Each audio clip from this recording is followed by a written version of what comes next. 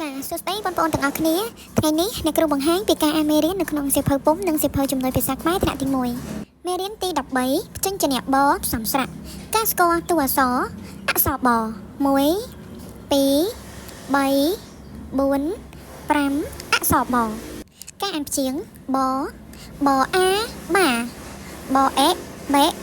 បអីបីបអឺបបអឺបើ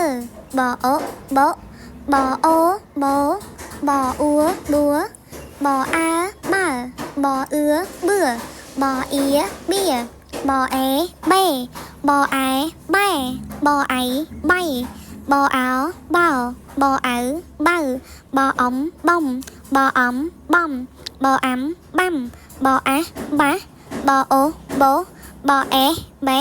បអបការអានពាក្យបអាបាបអីបីបអៅបើបអេបេដអំដំបអែបែដំបែដអំដំបអៅបើដំបើបនឹងរើបការអានល្បះចៅបោបើដោះការអានអត្ថបទខ្លី